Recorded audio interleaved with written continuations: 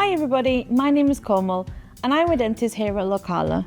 In this short video, I will share some top tips to help keep your child or young person's teeth and mouth healthy, to prevent tooth decay and to help make toothbrushing easier. So, to prevent tooth decay, we need to limit sugar in our child or young person's diet and try to brush properly. This is the key to preventing tooth decay and keeping teeth strong and healthy. Let's start with toothbrushing. We know that brushing can be difficult for parents of autistic children, young people, or those with learning disabilities. So I will share my top tips today to make this easy for you. Some autistic children or young people prefer routines, and it can be stressful when this routine changes. Try to make brushing part of their daily schedule and incorporate toothbrushing into a routine. The most important time to brush is before bedtime. This is because saliva levels are very low when your child or young person is sleeping, and saliva is really important to protect our teeth from decay, so we need extra protection throughout the night. Fluoride in the toothpaste is the good stuff, so brushing before bedtime leaves fluoride on the teeth throughout the night, giving teeth the extra protection. Try to make bedtime brushing part of your child or young person's routine. Remember to also brush one more time during the day. It's important that we all brush our teeth at least twice a day. Some autistic children or young people do not like the strong, minty taste of toothpaste, and this can be a real barrier for some parents or carers to overcome. A specially designed toothpaste called Oral Nurse was developed for this reason, for children or young people who don't like the taste of minty toothpaste or even water. Oral Nurse does not foam and there is no flavour. It is widely available online and in shops, and we'll attach a link to this video. It's really important that you use a pea-sized amount of toothpaste for children over the age of 3, containing at least 1450 parts per million of fluoride. Now, most family toothpaste found in shops contain this amount of fluoride. To find the fluoride levels, look on the side of the toothpaste box. We recommend that after brushing, there is no rinsing. Spit, do not rinse is something we commonly say to our patients. This keeps the fluoride on the teeth for the extra protection, so please get your child or young person to spit out all of the toothpaste, wipe their face afterwards, but no rinsing. Remember, fluoride is the good stuff. We recommend brushing for at least 2 minutes. Make brushing fun, whether your child or young person has a favourite YouTube video that takes 2 minutes, a favourite song, or a favourite timer. Whatever works, just use it. We recommend spending 1 minute on the top teeth and another minute on the bottom teeth. Now, it can be difficult for children or young people with learning disabilities to hold the toothbrush at the correct angle. For this reason, a special toothbrush was developed with these children or young people in mind. The Dr. Barman's Super Brush cleans all sides of the teeth at once with a simple backwards and forwards brushing action. The soft outer bristles are angled to gently clean along the gum, while the inner bristles clean and polish the tooth surface. This means that all surfaces can be cleaned with one stroke. Here is a link on Amazon. So we have 3 brushes here that I'm going to demonstrate for you now. The first toothbrush is a manual toothbrush.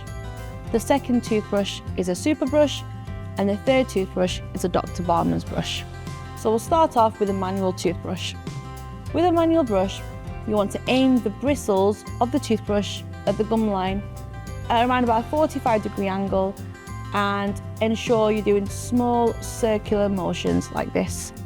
It's also really important that you angle the brush at the gum line and flick upwards for bottom teeth and downwards for top teeth, so that we're getting rid of all of the bacteria that's on our gums and our teeth.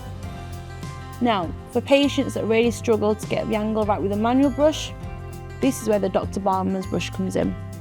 So, to use a Dr. Barman's brush, we engage the toothbrush on the biting surface of the tooth. The outer bristles clean the outer gum line and the outer parts of the tooth, and the inside bristles sort of just clean the inside of the tooth. And the good thing about a Dr. Barman's brush is that in one sweeping action like this, all the teeth are cleaned. A super brush is very similar to a Dr. Barman's brush. It's a little bit bigger and thicker, so we recommend this to be used for older children and young adults. So with an electric toothbrush, it's really important to know that you've got to hold the toothbrush on each tooth surface just for a few seconds. You don't need to move the brush because the bristles automatically rotate. This can make it a lot easier for your child or young person. The second part of this video focuses on the importance of diet for good oral health. Eating the right food really helps keep teeth healthy. Too much sugar can cause tooth decay, so it's important to limit sugary foods and drinks. Sugary foods and drinks can cause tooth decay if we have them too often. Keep them to a minimum, and if you do give them, the best time is straight after a meal, so there will be less sugar attacks on your child's or young person's teeth. Every time we eat something containing sugar, the bacteria in our mouths turns the sugar into acid, and this attacks our teeth. If this is not cleaned properly, a cavity can start to form. Avoiding sugar between meals helps to allow your child's or young person's teeth to repair after a sugar attack. The more often your child or young person has sugary foods or drinks, the more likely they are to have tooth decay. Children or young people do not need sugary snacks and drinks. If you really want to give your child or young person a snack, try to stick to alternatives such as cheese, vegetables, fruit, or even plain breadsticks, plain crackers, or fingers of toast. The only drink between meals should be plain water. Also, check that any medicines your child or young person takes are sugar-free. The NHS Food Scanner app is a great tool to help check salt, sugar and fat in foods when you're shopping to help you make healthier choices. Some food and drink packaging use a traffic light system, making it easier to choose low sugar choices. Choose more foods with green labels for lower sugar. So children aged between 4 and 7 should have no more than 19 grams of sugar per day. That's about 4 teaspoons. It is recommended to avoid sugary drinks and limit food with added sugar. So here is a sugar board with a few examples of foods and drinks targeted at young children and a rough estimate of the value of sugar that they hold.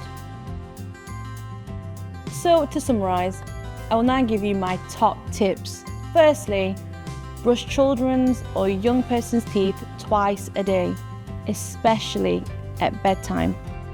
Use Oranus or Dr. Barman's to help with your child or young person's needs.